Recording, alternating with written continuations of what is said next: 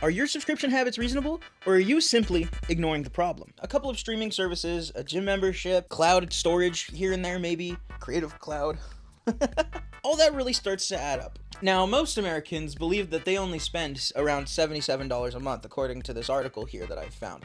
Which, I don't know. Look, I don't know if it's accredited. Look it up yourself, man. However, experts, researchers, I don't know, say that it actually might be double that. And the reason it may be double is because A, you are lacking self-awareness on this specific subject and in your finances, or B, you're just straight up lying to yourself. But let's be filthy frank here. It's not entirely your fault. Sure, it partially is your fault because you are letting your financial situation be dictated by 20 subscription services like Netflix and Reddit Premium. I don't think Reddit Premium exists, but it could. And then you go ahead and then think that in order to fix this situation, well, let me just go ahead and sign up for Rocket Money and fix all of my subscription issues and get them canceled with another subscription. I mean, I have a solution to this problem of yours. But also the blame isn't totally on you, because these companies have created the business model, they've crafted it into locking you into never-ending payments with no option to ever own anything. It's by design, preying on your consumerist mind. But it's okay, that's why I'm here. I'm here to break you free, one service at a time here. Now, Cameron and I created the concept for this video and listed a giant list of all things that people pay for monthly that can be considered a quote-unquote subscription. Now, we're not going to cover everything, because if I covered everything, the scope of this video would get way too big, and number two rule, it's in one of those rules, keep the scope small, or control the scope. So we're just gonna go with the ones that are common, and then, because it's a tech video, it's a tech niche, you go to Social Blade, you'll see this is a tech channel. Then we're gonna go to get into the more techie side, and I'm gonna talk about, you know, the things that people like you and I, oh, listen to that. Ooh. We're gonna keep it simple with some subscriptions that we simply feel that people feel like they can't escape. But the answer is you can. You can't escape, and I'm here to help you, because I'm your lifeline. Come here. All right, streaming. Let's just jump right in with streaming. Escape the streaming trap. That's a big one. A lot of people spend a lot of money on streaming services every month just to watch one show or two shows, and then a movie or two here and there, which makes $14.99 a month to pay for no ads on movies that you can't download to watch later. What exactly is my solution to escaping streaming services? If you want to watch something, you're kind of screwed, right? Or because this is a tech channel, what I'll tell you to do is buy a Blu-ray player, rip it, and store everything on a NAS, and then install Jellyfin and maybe Plex. Only maybe. No, actually, or I could tell you to use the free ad-supported services like Tubi and Pluto TV. Those actually do have pretty good shows. But no, that's not actually what I'm saying you should do. What I'm talking about is going back to the idea of renting movies. I mean, we used to do it. The only difference now is you can do it from your couch. You can do it from your phone. You can do it from your computer. You can do it from the work bathroom while you're clocked in and taking a crap. You can rent movies whenever, you know, you're not relegated to the store. And as much as I miss the feel, the allure of the video store, walking down the aisle, smelling the popcorn that the employee put in the microwave so that you can smell it, or maybe they had a popcorn machine, you know, at Hollywood Video or Blockbuster, or even the local owned place. The point I'm getting at is if you're somebody who only watches a movie here, a movie there, and then maybe a show.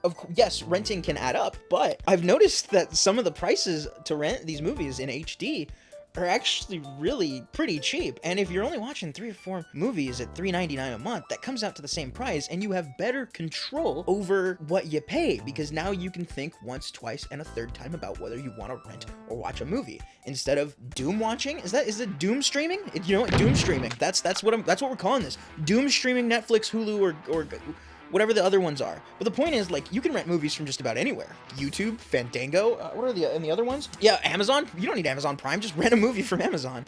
Or they have free movies too. And then iTunes, remember when we used to like rent movies on iTunes? Maybe I wouldn't want to rent movies on iTunes. I've done it, but like Apple TV has movies that you can rent. You don't need to subscribe to Apple TV Plus Pro Max. What were my talking points? Yeah, no, renting is the real move here. Now, I do subscribe to YouTube Premium. It's the one thing that I do subscribe to, and I don't want to, in good faith, recommend running an ad blocker and watching YouTube ad-free that way. Partially what I'm paying for is to also support my fellow creators in my own way.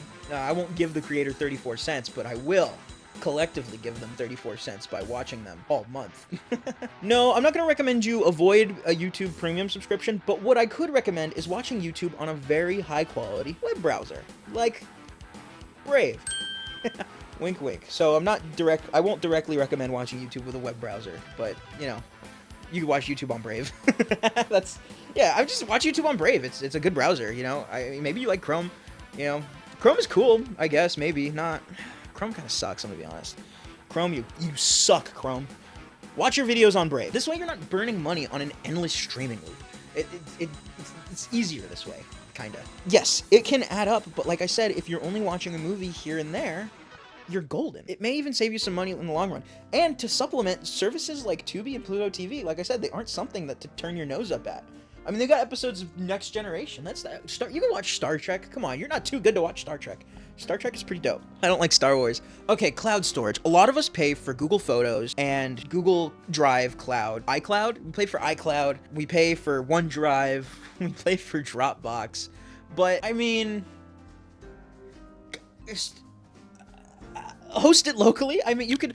Come on, how hard is it to just keep a hard drive, like a powered hard drive on like hooked up to your router, like safe? They sell these things, buy it, you know? If there is one stealth drain on your wallet, it is cloud storage subscriptions. Come on, I mean, it is. Here's the thing though, you don't need the overpriced corporate solution. Locally hosted options are pretty legit. Like a NAS, they sell ones that you can load up with some hard drives, plug it into your router, hook it up to your Wi-Fi, and you're good to go. Another thing you can do is you can take these hard drive solutions and you can upgrade them, add more storage later. Just buy a hard drive from like server parts deals. You know, this will save you money in the long run. You're just paying for the electricity and your Wi-Fi. And if you want an offsite cloud solution, I don't know, consider storing one at your friend's house. You know, maybe you store one at their house, they store one at your house, offset that electricity cost, assuming you live in a similar area, by just hosting each other's offsite backup. I'll even do it. I mean, shoot. Hey, Cameron, you can start storing some of your stuff on my vault. How about that?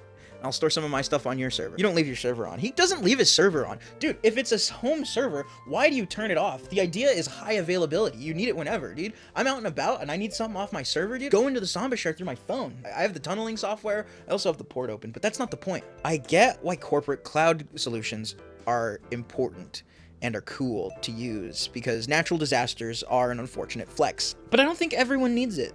All right, password managers. Why are you paying monthly for somebody to store a text file that you usually store on your phone? Most browsers, most anything where you access passwords, just utilize a CSV file. Hell, on the iPhone, you open Safari, you can get your entire iCloud keychain exported by just exporting the CSV file and then importing it to a different browser. That's not particularly secure, by the way.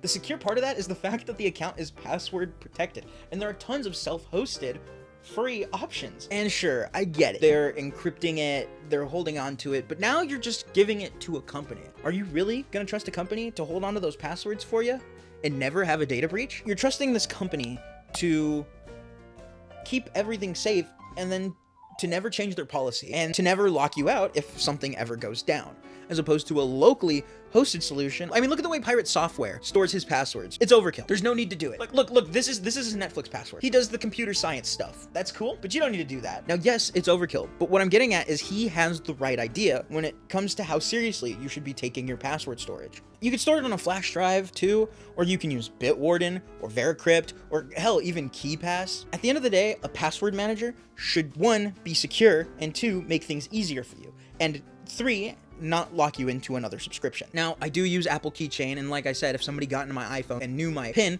they could just export my CSV. Maybe I'm a little hypocritical in this regard, but what I'm getting at is maybe you should take your sensitive information a little more seriously than I do, because I am a compromised individual. Okay, in the modern world, in this society that we live in, having good collaborative productivity tools is rather important. Things like Google, what is it, G Suite? Google Feats? You can Google my feats. You won't find them. Oh, you might find them, sicko. Like Office 365 and Google Workspace are very important tools for streamlining teamwork. But in 2025, there are some good standout alternatives that 1, are cheaper, and 2, are straight up kind of free. One that stands out is OnlyOffice. This is the one Cameron and I actually use to write our scripts and to do our benchmarking graphs. So look at the benchmark graph, look at it go. Oh, Cameron. Oh, wouldn't you love me to talk about some benchmarks?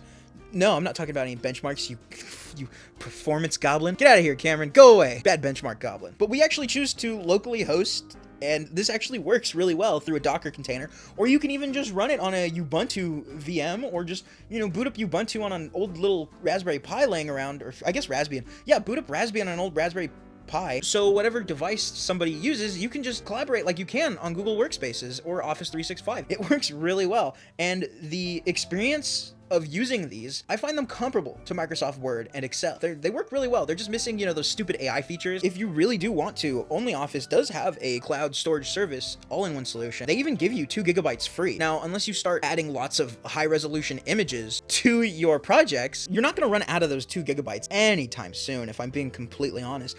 There are other options, but this is what I use to keep me away from subscribing to Office 365 and buying more storage on Google whatever. If you do photo manipulation, video editing, or any sort of creative work, then you probably have dealt with the devil. And the devil in this case is Adobe Creative Cloud. And I'm gonna say it, YogertPC has decided to stay away from Adobe products. As a matter of fact, we abhor using Adobe products in a creative workload. We would prefer to use open source alternatives, but we aren't completely blind to the idea that you do in fact get what you pay for. So if you're looking for like a Photoshop alternative, and you know, I'm sure if you like Photoshop, at some point you've typed this into Google, what's a good Photoshop alternative? And if you haven't done it in a while, consider Affinity. Affinity Photo and Affinity, was it Designer? I've used both of them. They duke it out with Photoshop. I swear. Now, it's instead of being a subscription model, it's a buy once, cry once situation. Deal, bargain. And they're not particularly expensive. I believe it's $75 per program, and you're gonna get a ton of mileage out of that. I have a friend, Flabdragon, he actually makes some of the music we use sometimes, and their thumbnails. He's a thumbnail maker, and he swears behind Affinity Photo. It's essentially, you know, if you lose your Adobe discount after you're out of your graphic design trade school, consider Affinity Photo for its low barrier to entry, which in this situation is price. It runs on Windows and Mac, and you know, you can even get it running on Linux. So don't you worry, Linux users. If you're out there, if you exist, you're growing. I see you. But yes, buy once, cry once. You actually own your software. Now, I didn't read their terms of service, so I don't know if you actually own your software, but I believe it is a perpetual license. Remember those? Remember perpetual licenses? When Adobe used to be cool, where you could purchase and own your software. It was yours. They couldn't take it away from you. And on top of that, remember, Adobe subscription isn't even a subscription. It's a yearly commitment. That's month to month. So if you go ahead and cancel, they'll go ahead and charge you with a cancellation fee. That is horse shit. That is a bullshit. Okay, so if you are allergic to paying for anything, and some people very much so are, there are free and open source alternatives. Now I'm gonna say it, and now people aren't gonna probably necessarily like this, but I promise you I'm going somewhere with this. GIMP. You can use GIMP. GIMP is free. It's powerful. If you've GIMPed in the past, you may have been disappointed with its layout and its feature set out of the box. Not to worry, because GIMP 3.0 came out recently, and GIMP 3.0 is a whole nother beast. Now, I've used GIMP 3.0 to make a couple thumbnails, and I have to say, it's pretty damn close to Affinity, and Affinity is pretty damn close to Photoshop. So feature parity is getting tight.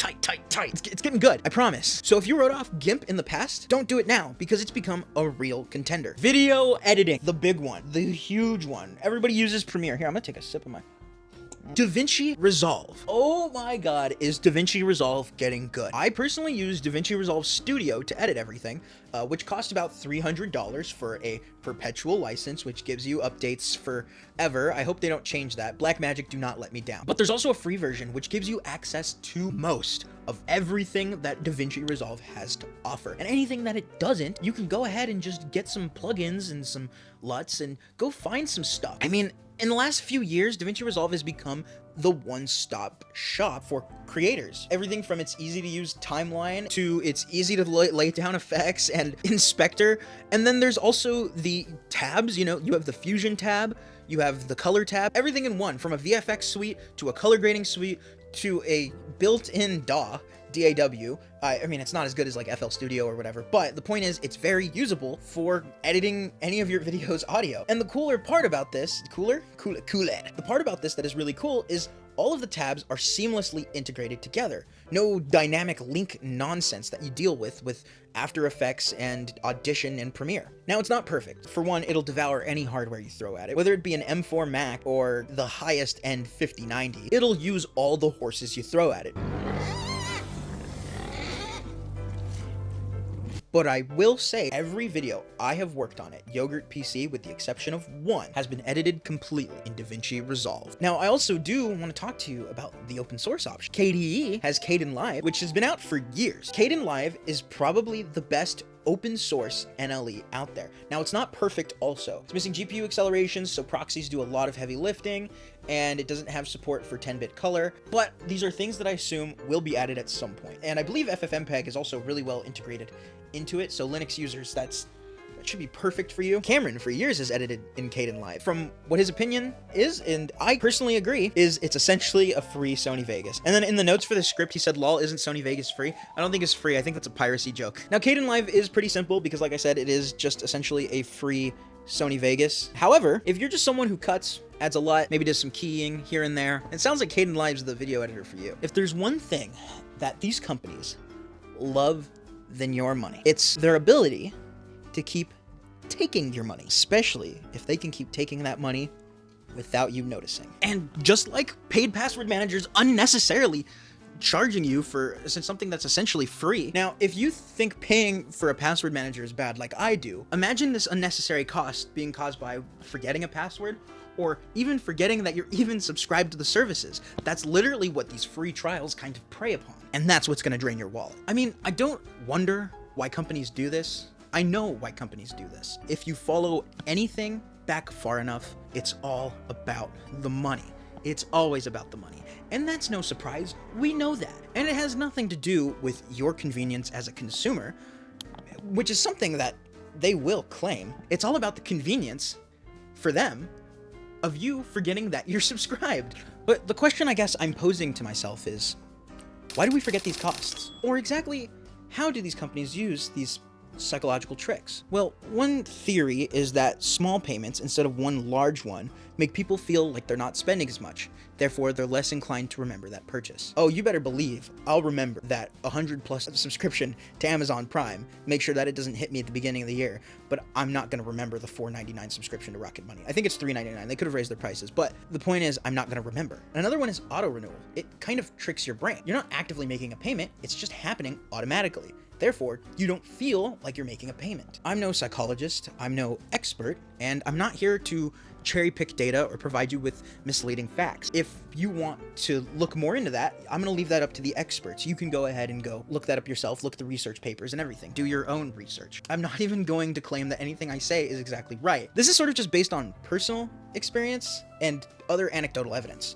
I'm here to talk about the reality that I live in, which I assume is the same reality that all of us live in, hopefully. And that's why I'm just trying to not hit anybody with cold, hard, analytical facts here, because I don't know what the hard, cold, analytical facts are. I'm talking about the reality we all live in, where we're getting hit with subscription fee after subscription fee until it's too late, and you're getting hit with overdraft fees up the butt. The rise of services like Rocket Money proves a bigger problem. People are losing of what subscriptions they're even subscribed to. And instead of a proper solution, what's the answer? Another subscription? That's ridiculous. Is that postmodern? Is that postmodernism? Are we doing a postmodernism right now? Are we doing utopian? Are we doing a dystopia? What are we talking about? How to fix your problems with subscriptions. Get a subscription. But here's where things get messy. Because back in the day, I don't remember when they made this change. It was just at some point, ending these subscription charges was as simple as canceling your debit card and getting a new one, or your credit card. They don't have access to the current number, therefore they can't charge you. Nowadays, not so much. Don't worry, because they want to keep your service on and keep everything convenient to you. So they're going to go straight to your bank and pull that payment anyway, whether you wanted it or not, whether you were planning to cancel or not. That's not an accident. That's deliberate. Well, I'm no financial expert, and this is not financial advice, but if you do feel like you're too far gone, a possible solution could be canceling your bank account. Close it out, open up a new one, wipe the slate clean. Remove access from all of those services so they can't come and get you, especially when all the information you gave them was only your card details. Creative Cloud notwithstanding, of course. Close it out, open up a new one, because this is about taking back control. And now that you have your awareness, you can go ahead and make better decisions in the future in deciding what services you're going to leave your monthly purchases to. And now, with that newfound knowledge and the new awareness, you will now better decide what companies you are willing to give that automatic payment to. Because if you are going to let a company charge you automatically every month, it's best if you can remember every single one you have. Do not get so many subscriptions that you can't keep track. And honestly, let's do a little thought experiment. And every time you get a new subscription, go ahead and write it down. If you notice that list size seems a little large, well, that means it's time to cut some stuff. Because once again, this isn't just about saving money. It's about regaining control. And let's be real, these companies rely on exactly the opposite of having control. They make it intentionally difficult to cancel, they keep billing expired cards, and they intentionally try to trap and dark pattern you. I don't have too much of an issue with a business being amoral. I understand businesses are gonna do whatever it takes to make money. If it's good and it makes money, they'll do it. If it's bad and they make money, they'll do it. But when they step into unethical territory, that's where I draw the line. That's why I don't want to support companies that prey on forgetfulness. Remember when you had your Xbox 360 and you, instead of signing up with a credit card, you had the option to sign up with a credit card monthly, don't get me wrong. But what a lot of the times you did was you bought time. You bought 3 months, 6 months, or even a month with a gift card or with your mom's credit card and didn't have it set up to auto renew. Some MMOs actually do in fact do that. They allow you to purchase game time a little bit at a time instead of just hitting month to month to month to month. Why not going back to do that? And speaking of which, that's another point I bring up, buying in bulk. Cameron pays for Mint Mobile. I forget how much he spends. I'll put up the amount there a year, but he does that instead of being hit month to month. Therefore, that purchase is a considerable purchase. It doesn't fly under the brain radar. And that comes back to a lot of what I'm talking about, is that bigger purchase. And something else to think about. If you can only afford something, if you can't pay for 6 months to even a year at one moment, it may be time to consider whether or not you can afford that service at all. Whether you are in a position to where you should be considering it. So if you can't afford Creative Cloud all at once for a year or 6 months, well, shit, buddy, you better go download GIMP. But that's kind of my point, because all of these small fees start to add up, especially when you're at that $14.99 territory. And if you're going to sit here and tell me it's $7.99, I know what year it is. You can't lie to me about this. It's $14.99, $20, whatever. I know what world we live in. The days of small subscription fees are over. $10 may not sound like a lot of money, but $10 20 times a month is a considerable amount of money. I come from a blue-collar world where $200 is $200. So like I said, we don't live in that world anymore. So wake up. Let's talk about other alternatives, because believe it or not, you don't have to rent every aspect of your eternity. I want to die! I want to die! Kill me! A lot of people think subscriptions just are the way things are now, but trust me, you have options. And your options are, well, I showed you that list earlier, right? We wrote that. We actually wrote some stuff down. Like, but trust me, yeah, here we go. But trust me, bro, guarantee, you have options. So let's run through them rapid fire style. Okay, fitness and wellness, gym membership, bleeding you dry. You can pay for classes, like class by class. You could do that, you know, there's YouTube.